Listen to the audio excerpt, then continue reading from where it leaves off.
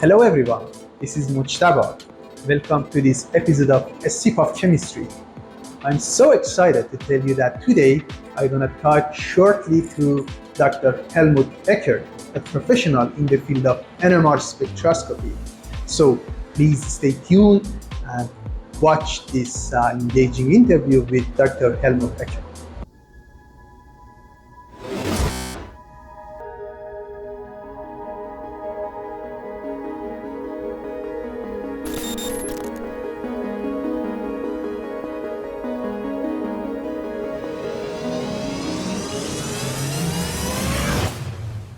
In the winter semester of 1973-74, he enrolled in the diploma chemistry program at the University of Münster. He was interested in physical chemistry, particularly because of one of the lecturers named Werner Müller-Warmuth. This passion eventually led him to pursue diploma and doctoral research in Werner's group and received his PhD in 1982. 3 weeks after receiving his doctorate degree, Hellmut left Germany for a postdoc at Rutgers University, where he would work with Ralph Herber for 2 years. After spending 3 months as a visiting assistant professor at the University of Illinois in December 1984, he received an offer for a staff position from the California Institute of Technology. Caltech served as a center that provided an NMR facility to nearby universities and research institutes. In 1987, Hellmut was hired as an assistant professor for inorganic chemistry at the University of California, Santa Barbara. During his 8 years at UCSB, approximately 20 students passed through his lab, making valuable contributions to his research efforts. 3 NSF grants, along with prestigious 1989 Haber Prize awarded by the German Society of Physical Chemists, and an offer for a full professorship at the University of Marburg had played crucial roles in helping him secure early tenure. As a result, in 1993, he was promoted to the position of full professor. In 1995, he received an offer from University of Münster that was simply impossible to turn down. It was a chair position which had been previously held by his retired doctoral advisor. Münster not only offered stable core funding, but also provided an excellent infrastructure of equipment and personnel.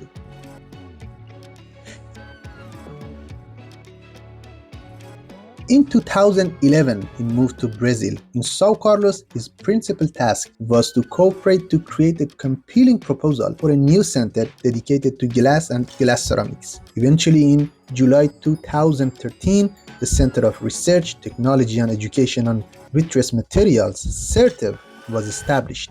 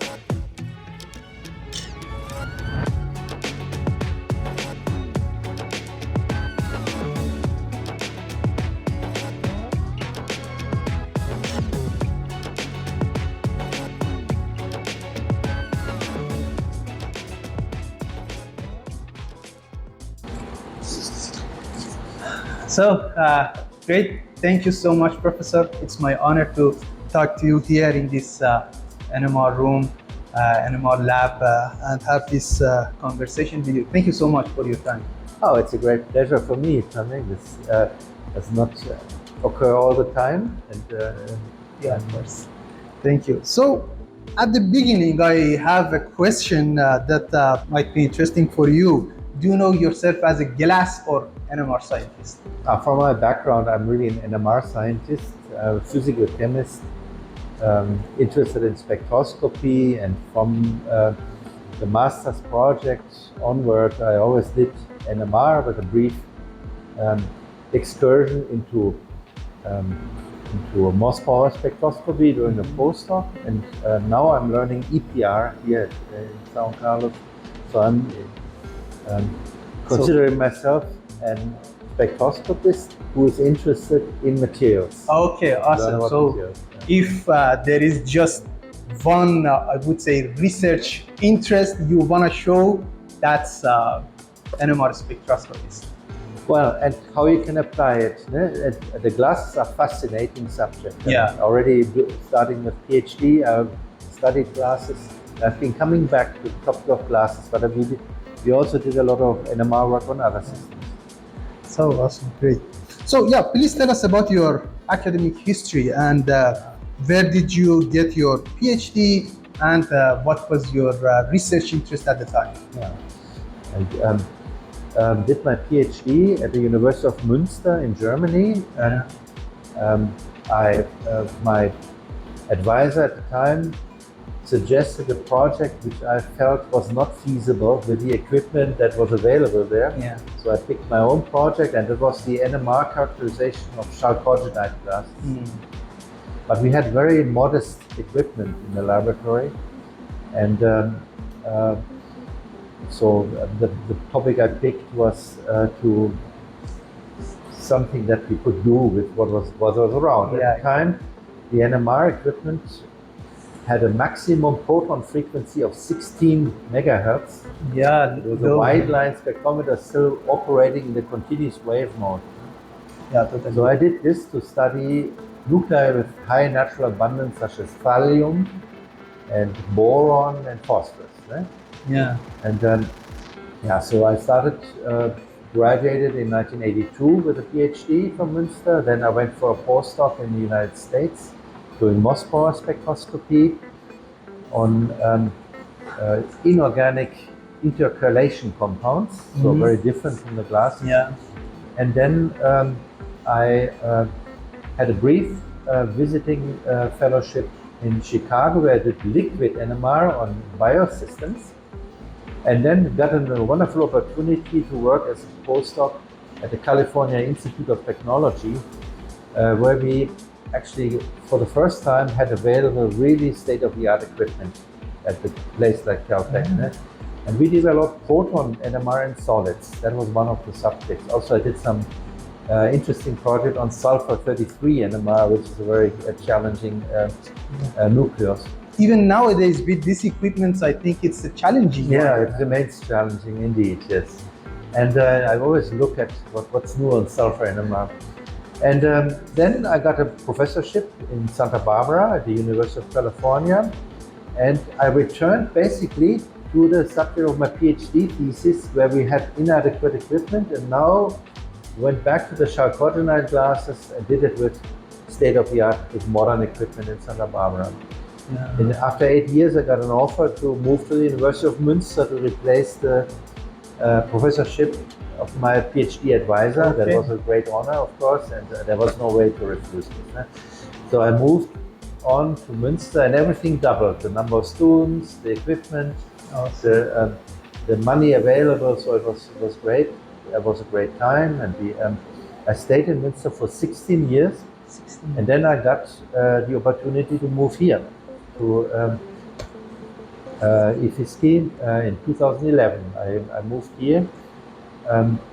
There were a number of there were professional attractions. For instance, the planning of this ceramic center, the CERTEF, with Edgar Zanotto, the opportunity to do pulsed EPR, and there was a family reason also. Yeah. Okay. Awesome. Great. So you had a long journey from Germany to US and then Brazil. Yeah. Interesting. I think Hellmut is a really cheerful person. I can always hear him whistling through the halls here. It's pretty nice. I think he's a fun person to be around. He always has these little anecdotes to tell us on coffee breaks and something like that. I think he makes the communication very easygoing. between us, like student and professor. And as a professional, I think he's pretty amazing. Like he's always there for you if you want, if you need something, if you have a small problem, a big problem, he's always there to help. He's always very excited about the research. So this brings this excitement to us also. So every little result we have, everything that he wants to check on the spectrometer or something like that, I think it's pretty nice. It makes a very good environment to be in. I think he's just great as a person, as a professor, like just an amazing guy. So, what's been your main focus and research interest nowadays, within the past few years? Well, still basically thinking of new ways of applying NMR to interesting materials. But of course, due to our involvement with CERTEF, there's a lot more work on glasses now than there was before. And trying to do more than this now in terms of relating NMR results to results with other spectroscopic techniques, such as Raman, such as diffraction methods, EPR spectroscopy. No?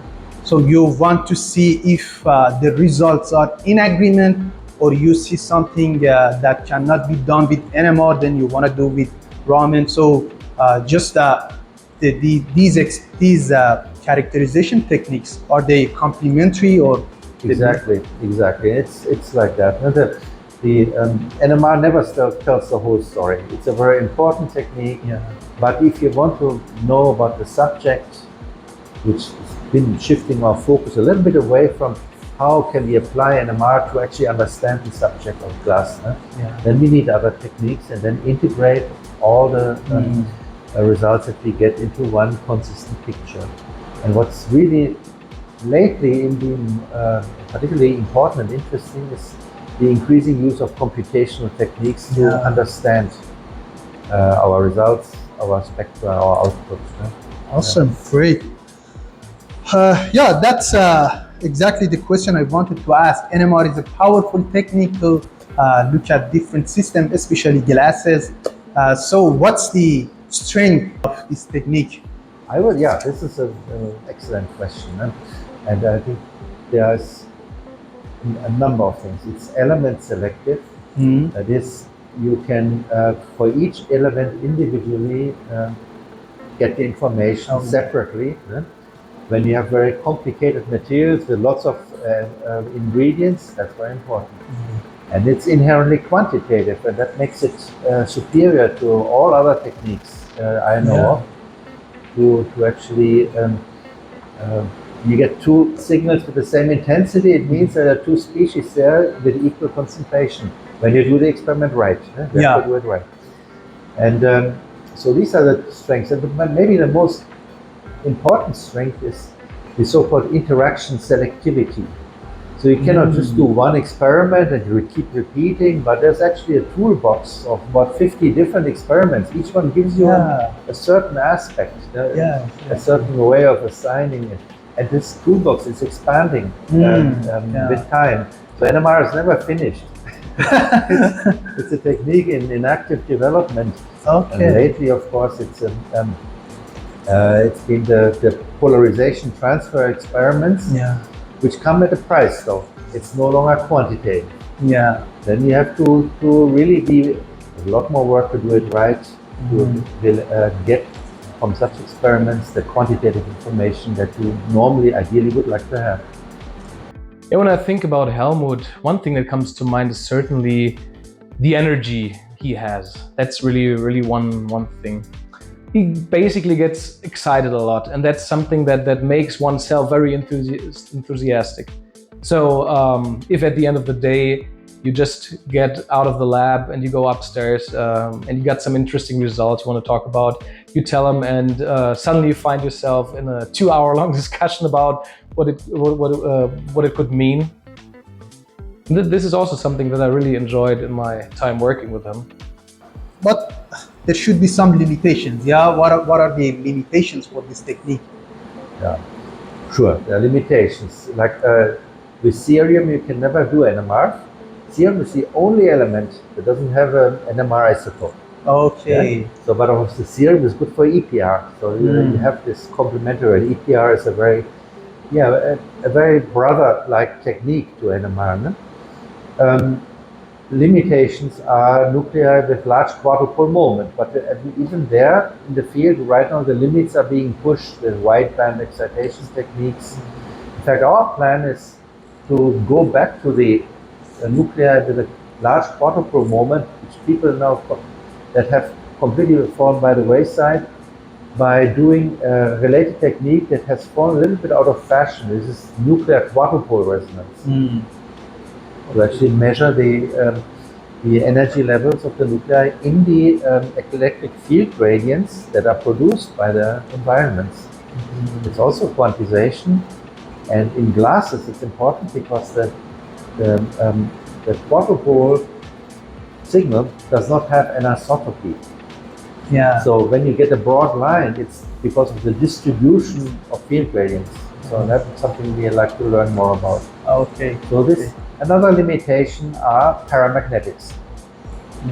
So when you have a paramagnetic atom, the nucleus of that atom cannot be observed, not by NMR but by EPR. Okay. So there is another technique that complementarity there. So do you think which aspects of NMR spectroscopy are not well developed by the researchers in the community? It's a continuously evolving story. No? There's still lots of important work to be done on the quantitative aspects of paramagnetic materials. To elaborate this correctly. So I think that the quantitative aspect of NMR is still an area that needs to be developed better, particularly also now with the polarization transfer techniques. And and otherwise it's always like this. There's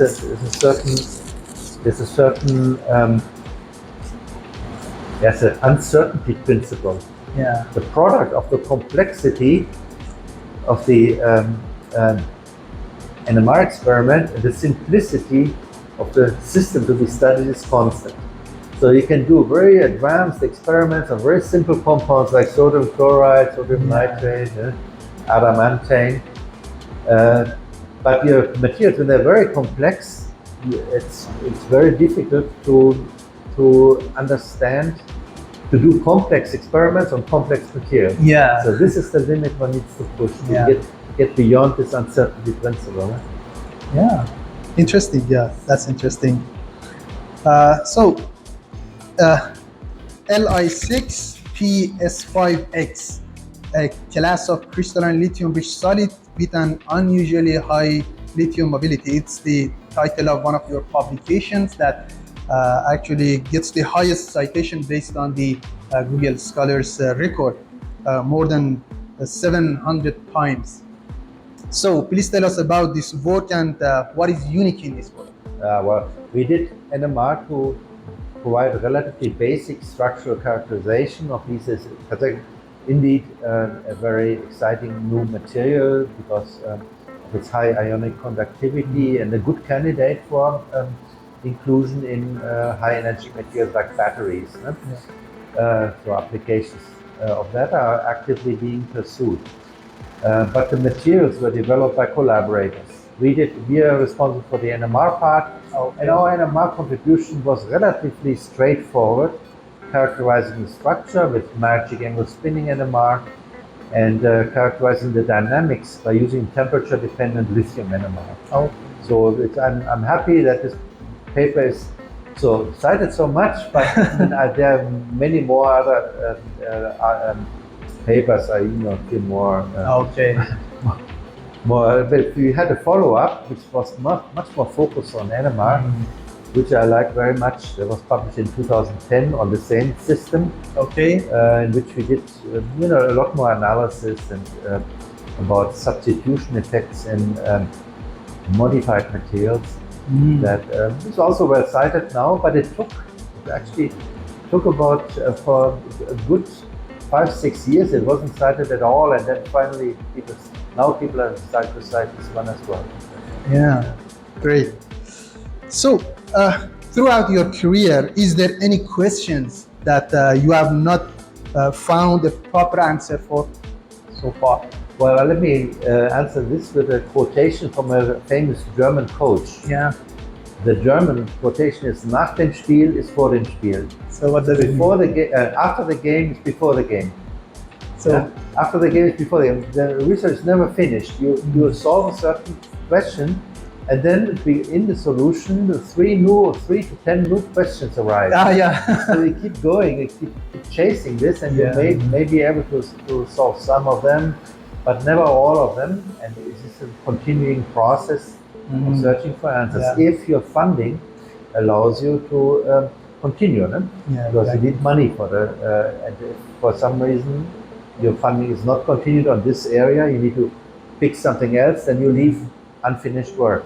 Yeah, exactly. That's always like this. But there's a number of examples I could cite, but it would be very arbitrary. Basically, every paper I wrote produced questions that were only solved partially in follow-up work, maybe some of them completely, but most of them. Yeah, and raises more questions you should exactly.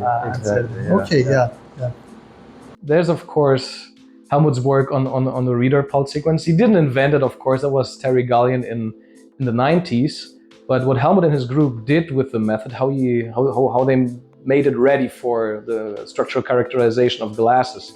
This is something that I think he's most well known for.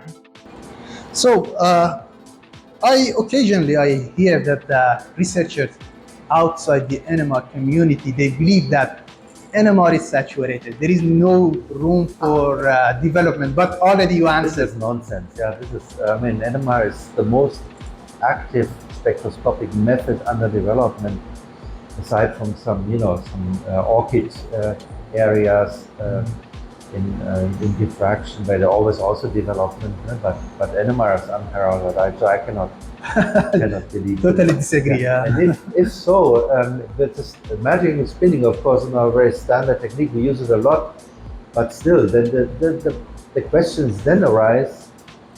What does it mean? How do you relate the spectra to information? And there we need to increasingly use computational methods to get there. So many of these new developments actually are about the integration of computational chemistry in terms of the meaning of the NMR data, and that actually produces new experiments. Because there are certain terms in the theory that you can address by new experimentation. Yeah, great. Right now, the biggest magnetic field available is 36 Tesla at the Florida State University. So what unresolved question could be addressed using this available facility now? Well, the hybrid magnet in Florida has also limitations. Right? It doesn't have the homogeneity that one would like to have. Right now, people are buying 1.2 gigahertz machines. That seems to be right now on the commercial level the highest field possible. I still need to be convinced that this is the answer. Yeah. I mean, we get more magnetization, we get more signal to noise, but you also have limitations in terms of spin relaxation times, in terms of magnet homogeneity always is an issue. And one example, for instance, is quadrupolar nuclei. Yes, yeah. Quadrupolar nuclei, which is kind of a favorite subject right now, is you would think by going to higher and higher fields, you would narrow the lines more because you suppress second order effects. Yeah, that's true, but comes at a price. As the chemical shift dispersion increases the field, Yes. and the chemical shift anisotropy, and that complicates the analysis tremendously, because you get lots more parameters to fit, and then you can. So if we are doing this, right? We're looking into this now with magnesium NMR and gallium and niobium, and it's not as simple as to simply say spin faster and go to higher field and it's solve all the questions. Not in glasses, at least. Okay, yeah, interesting. Yeah. So researchers should pay attention to different, aspects, not just fast spinning, not just the higher field. It doesn't mean that our life is easy. Yeah, exactly. In fact, I think what we've done many times is really help us to study in detail the field dependence. So look at the Hamiltonian at 4.7 Tesla, at 11 Tesla, at 14 Tesla. Yeah. That helps us a lot to sort out the interactions. Great. So you have done many projects in collaboration with different research groups. So what's your perspective on a collaborative project? What's your expectation in collaboration project? Yes, that's one of my favorite topics. Yes. NMR is very collaborative. Yeah. And you get to experience interaction with very different people who have very different views on research and so on. There's the standard collaborator, not standard, I would say, there's a type of collaborator that leaves the samples with you and then you never hear from him again. And so, you never know from beforehand. You may invest a lot of work studying these samples, and the guy has a wrong, moved on to something different. It's no longer interesting. Because NMR research takes time. Yeah. NMR is the only method I know that the time available actually limits the research progress. Yeah. Because of the relaxation characteristics. Exactly. And so on, Exactly. So that the best collaborator is one who maintains contact and simply always questions also. Yeah. When we come up with an interpretation, does it make sense to him? Why is it like this? Then it actually makes you question yourself. I had a recent experience like this with magnesium NMR. The collaborator did diffraction work, and for him, so as far as he was concerned, magnesium is 4 coordinating glasses, or 4 to 5. And NMR guys, because of the chemical shift, always say it's 6 coordinating. Yeah. So that's a fundamental issue that we discussed, and in the end, it made me actually rethink, based on his data, that indeed we cannot be so sure that magnesium is 6 coordinating glasses, not at all. And in fact, we did some analyses and could, based on this experience, could find that one could also explain the data if you had multiple coordinations of the magnesium. Yeah. So that taught me a lot, and so I love collaborators like that. Yeah. Awesome. You have worked in 7 different universities in 3 different continents. So if it were possible to work in another university, which one do you prefer to go right now? Then I'll pick China now. To add Asia to the experience. Now, what basically, and I give talks about this, the mechanisms are pretty much the same everywhere. Yeah. You have some money, you need to pay students, you need to teach. Yeah, exactly. You basically need to optimize the use of money into projects, you need to report to the community. So the mechanisms are pretty similar. Yeah, I agree. What changes from one place to another is the infrastructure you have available and the mode in which you operate. Now here in São Carlos, I operate very much in the mode like I operated in Santa Barbara in the beginning. Yeah. You're pretty much on your own, and you have a limited group size. Yeah. So you are I could say a little bit the master of your destiny here. Yeah. In Germany, it's different. You're basically the conductor of an orchestra. You need to organize lots of things to make everything fall in place. And the groups are large, and output is good, but output is of course great, but you're maybe not as close to the data and as close to the science as you are in places like here. Huh? Yeah. When I was in my PhD, I was already looking to what Hellmut was doing. Of course, I'm working with NMR, and I was together with these people in glass science.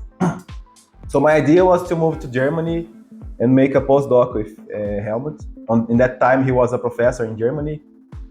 And then when I finished my PhD, he became a professor here in University Institute of Physics of São Carlos, where I actually was doing my PhD. So I had no other thoughts besides staying here and making a postdoc with Hellmut. So it was very enriching to make the postdoc with him, as he usually tends to say, like in the beginning, he knows a lot and I was starting developing. And in the end, we were more or less developing together, designing new techniques, new stuff, and new methods in NMR. So it was really nice to work with him. And then this opened also other opportunities because Hellmut is an international person. So I got to know many people around the world, and this opened opportunities to the position I have now as a professor. I have this contacts that started with his CIted, and now I feel that I'm a better professional because I had this opportunity to work with him. As a person, he's a really pleasant guy. He likes to do barbecues. He always has his place open to us. Also his swimming pools. And it's really nice. As a friend, he's always giving good advices, not only about science, but also about life. So it's really a nice, I had really a nice time with him. You were the editor of the Chemistry of Materials and ACS journal for 14 years. So please tell us about it and how did you like that? Oh yeah, it was really a rewarding experience. I think it helped me a lot to broaden my view on material science. I learned a lot about other. Of course, we cannot be an expert in all of these things, yeah. But still, you get exposure. I organized a special issue on inorganic organic hybrid materials. So yeah, I mean, professionally it was great, and scientifically it broadened my perspective a lot. Yeah. And you learn a lot about your colleagues. How they act as reviewers, how they act as authors. So basically, you're no longer the same after a couple of years. You're changing. Oh, okay, yeah, interesting. And I also was the editor founding editor of solid state nuclear magnetic resonance, and I did that for 25 years. Oh, 25 years. That was also a good experience to actually start a journal from zero. Okay. And accompany it, and Great. Yeah. What is the most challenging concepts to understanding NMR spectroscopy? Yeah. Well, I go back to my own years as a graduate student.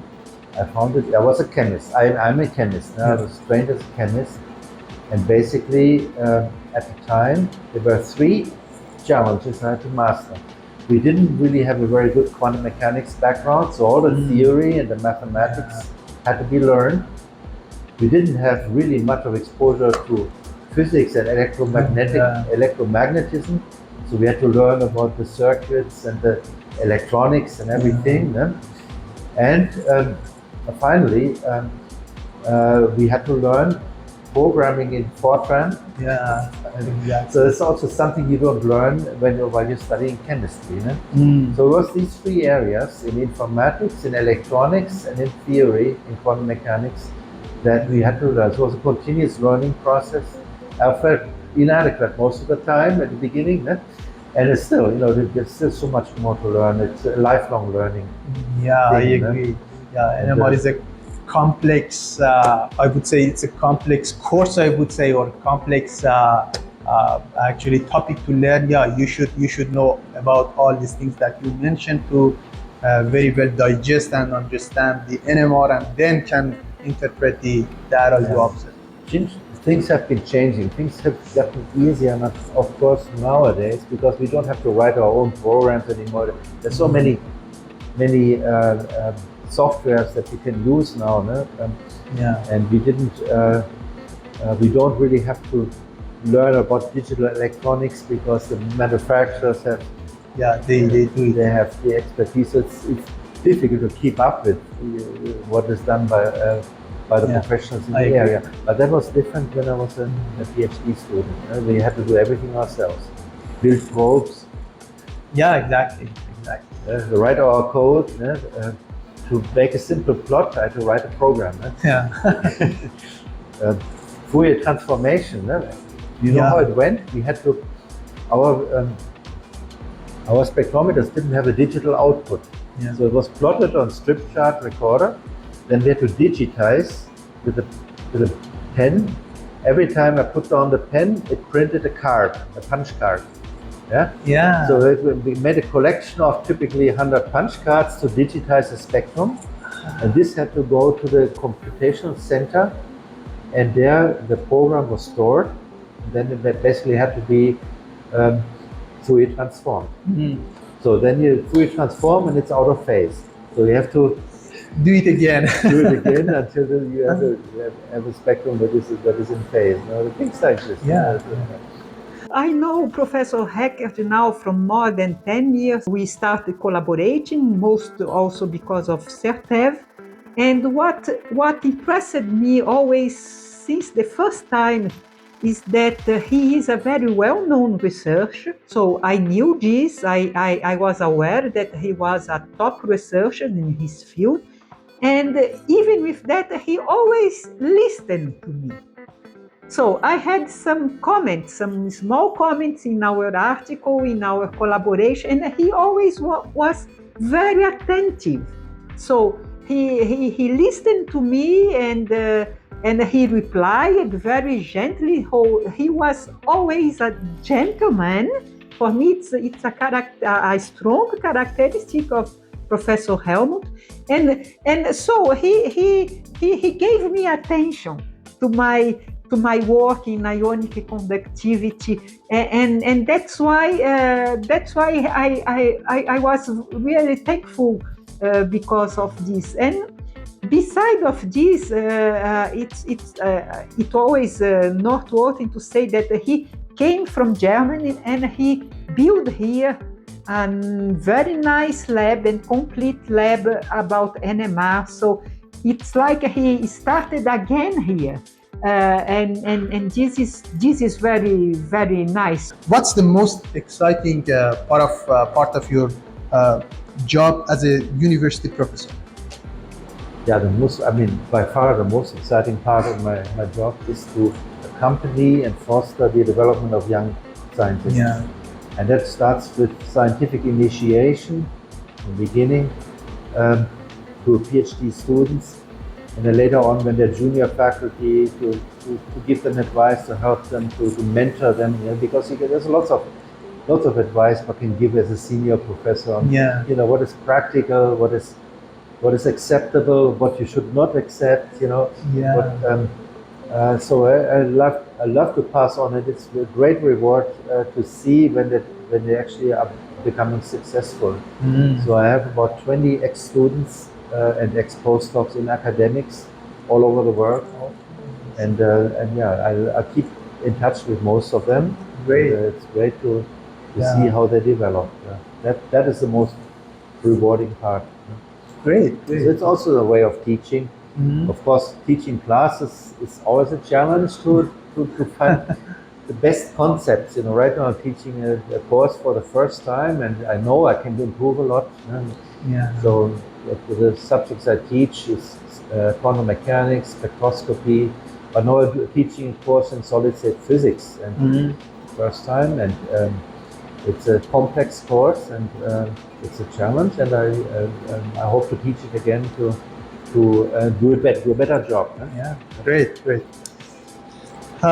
So which part of your job is not interesting for you and you wish you could omit this part of Well, job? I would think 90% of my colleagues agree with me when I say administration. Yeah. Oh yeah. It's a chore. It's a duty. When I was younger, I liked it more. Inertia of the institutions is much too big. Yeah? Yeah. And here in Brazil, I cannot influence much things because the lack of my Portuguese, my precarious Portuguese, deprives me a lot of power of persuasion. Yeah? So right now, really, I feel much more focused on research and teaching. Yeah. Okay, Yeah. great. Yeah. So, as the last question on my list, I would love to know what's your approach of supervising a PhD student when they have the result. They discuss with you and you question them, or you just tell them you should do this thing, you should do, I don't know, the next step is this one, you should write this, I don't know, this interpretation. What's your approach to a supervisor? Well, I think the important part, and I have had about 80 PhD students before, is to do it individually, to really get with the interaction with the students, get a sense, what is their most receptive, in which mode of orienting, of advising are they most receptive. There are students who need to be told, you do this, you do that. And the next day, and then report to me, and then there are those. But that's a little bit laborious, because then in the end, it's like talking to a technician. So the student need to grow. And so you start maybe in the beginning giving a more detailed instruction, and then in the end, I hope, after 1 year or so, they fly by themselves. Yeah, exactly. Develop and have ideas. And the most rewarding thing is that you tell them to do something and they come back and have done something better. I love those things. And I had many good students of that sort. Okay. But the feedback and the discussion, continuous discussion with students and postdocs is of course a rewarding experience, and I like it. I had few students who kind of stayed on their own and produced the thesis in the end without me seeing much. That doesn't work so well with me. Okay, great. So, is there anything that you would like to talk about and I didn't ask? I think no, we covered it pretty well. I think the overall perspective of the field of NMR spectroscopy and the approach to advising students. One thing, a few things I'd like to add maybe is one of the perks of the academic profession is you pick your projects. You pick your subject. You choose. It's not somebody tells you what to do. Exactly. And then of course life takes science takes you all over the world. I love traveling and going meeting my colleagues from all continents at conferences. Exchanging. So this is also a very nice aspect of the academic profession. Okay, awesome, great. Thank you so much for your time, but we are not done. Okay. Stay tuned and see the next part. Okay, thank you. Thank you so much.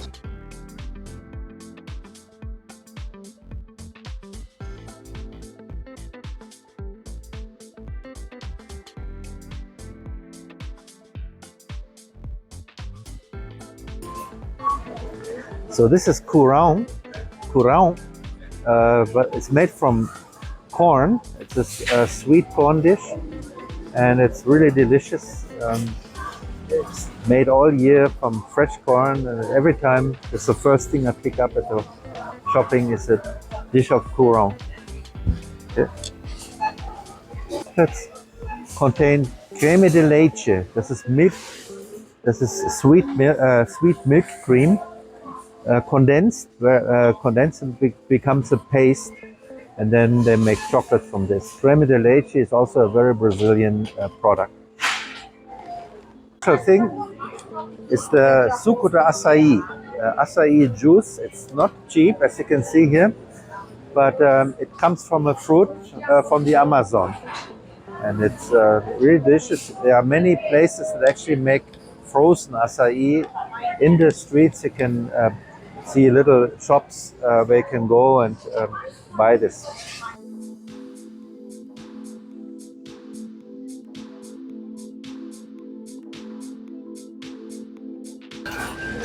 These are pasoquitas. They're basically sweets made from ground peanuts.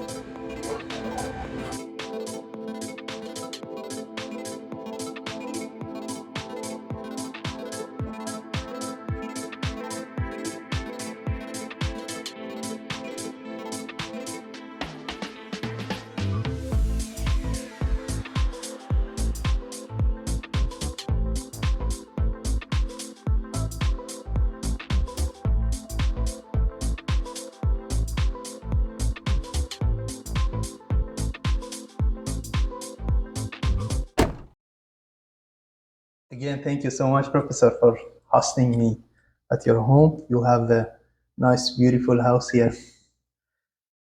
So I would like to ask you about your hobbies. What are your hobbies? Or what do you do in your spare time?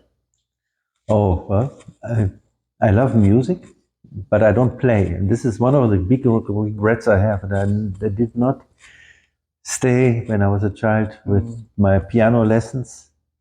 But I love listening to all kinds of musics. Particularly the new type of music that synthesizes classical with heavy metal. Yeah, fusion music. Okay, Yes. Right. And I'm very much into history, so I spend a lot of time on the internet actually searching in Wikipedia about certain dynasties and governments and politics. One of my special hobbies is American presidents, U.S. American presidents, and also the history of Brazil. I have an extensive library on Brazilian history. Great. As short it is. But, I wanted to, that was exactly the next question. Yara told me that you are interested in history, so it was interesting for me. You have traveled all over the world. What type of food you like most? Yeah, but basically when I travel to other parts of the globe, then of course I'd like to experience the special food, special in the particular geographic location. But so I'm an all eater, I eat everything. I have no restrictions and no hesitation. And which one you now you can remember that was the best one you had? Which one you pick? Well, actually, in Brazil, I really like the moqueca and the feijoada, which are the special dishes in this country. In China, there are many delicious foods which I don't know the names, yes, but I go typically by my host's recommendations, and it's always excellent. Yeah, I even have eaten the so-called century-old egg. I don't know if you know what this is. No. They basically cook an egg and they bury it in the ground with some acidic paste, and then they dig it out a year later or so, and then it turns black. Oh, but it tastes good. It would be interesting. I should actually have it if I go to China. Yeah, I'll definitely try. Also, the food in the Amazon, delicious. There's one Amazon restaurant here in São Carlos, but actually, to really experience it, you have to go to the Amazon and then eat the tambaqui, which is a special vegetarian fish. You've been in Amazon, yeah? I've been twice, yeah. Okay. Yeah. In Europe, I mean, France and Italy, of course, are the places. The German food is not so special, nothing, but maybe also because I'm used to it. Maybe. I grew up and spent a lot of time in Germany. So the one thing I would accept from this is the asparagus, the white asparagus, which is only available fresh in the kind of area I come from, near Münster, in the Westfalen. You can only get it in May and June. So that is always a special treat, Great. asparagus. So I like vegetables a lot, Yeah. Who is your favorite scientist in the history? Oh, yeah. I mean, probably many people. My choice is like that of many people. It would be Albert Einstein, because he was not only a brilliant scientist, but also he was a pacifist. He was very much against warfare. Mhm. Although in the end, actually, unfortunately, he promoted the atomic bomb production in the United States because he was afraid the Germans would produce it first. So there's always a shadowy side. Yeah. So in terms of the scientist in his society, I'd like Einstein in general. When everybody was rushing to the First World War, he actually took a stand against the First World War. Everybody in Germany was totally excited about this. And Einstein was one of few people who actually signed a petition against it. No? Interesting. So I didn't know. in terms of scientific accomplishments, I have a great admiration for Linus Pauling. Linus Pauling. He developed a great many concepts that helped many chemists to understand in very simple terms the periodic table and how you can make predictions on the periodic table. Aside from this, he was a great crystallographer, which is not so well known. And again, he took a stand against the nuclear testing in the United States in the 1960s. And he lost his position at Caltech. He was a professor at Caltech, but Caltech was heavily financed by the defense industry, and they didn't like this. No? So he actually he quit, or he lost. He was pressured to resign. I'm not quite sure exactly how it went. And yeah, for many times, a long time, there was this rift, but in the end, he was invited back to Caltech. Interesting information. You've been in Caltech, maybe that's why you know all this. Yeah, I had lunch with Richard Feynman. Another interesting guy. No? So when you were at high school or an undergrad student, which job you wanted to have in the future? My grandfather was a teacher, a school teacher, and I always looked at this. My father was a professor. Okay. Yeah. So I was already predetermined to to go into teaching and research, and my father was a pharmacist.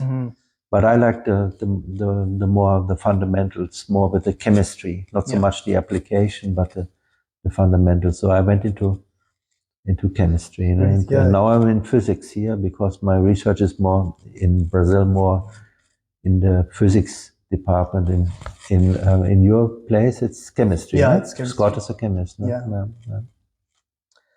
Yeah. In an alternative or parallel life, which job would you choose if there were another life? I would like to be a pianist. Great. Yes, Yeah. I would. Yeah, it's great. I'm so happy because my two youngest sons actually are very dedicated to the music. Yeah. My son Pedro plays piano. My son Lucas plays the violin. Yeah. So yeah, Great. so they realize their father's unfulfilled dream. At the end, I will read some words, and you please tell me what comes to your mind. Okay. NMR.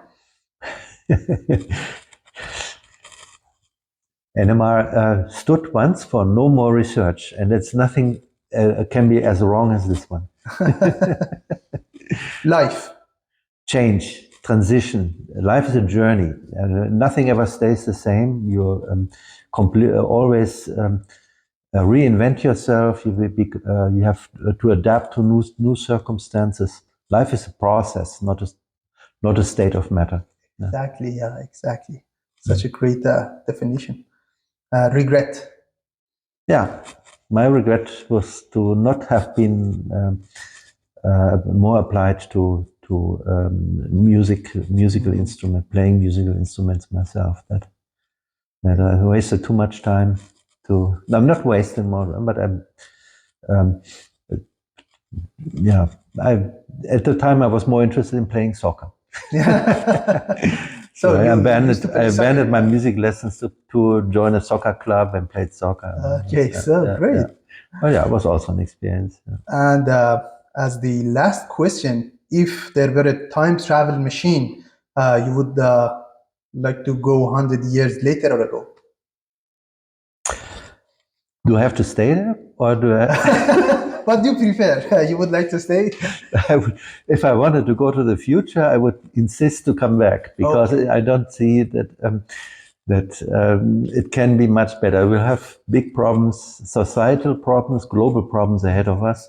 I believe this era we live in now will be called later on the golden age, because we have, we are experiencing threats, climate change. We are experiencing pandemics, which we haven't had for about a century. We're experiencing a resurgence of wars that never had thought possible would occur in this day and age. No? Yeah. Like one country attacking another for pure strategic reasons. Exactly. If we go to a future, I would like to come back. But I also like the past. I read a lot about the past, and I know the facts from my studies of history, but I don't know what it feels like and what it felt like, and that would be nice to experience. But again, I would like to return, because if you take it in perspective, I don't think we have been in such a favorable times ever before. Yeah, I agree. Yeah. So great, thank you. Thank you so much for your time. I really enjoyed talking to you, having this lovely conversation, and hopefully the audience. Really fun. Thank you. Thank you so much.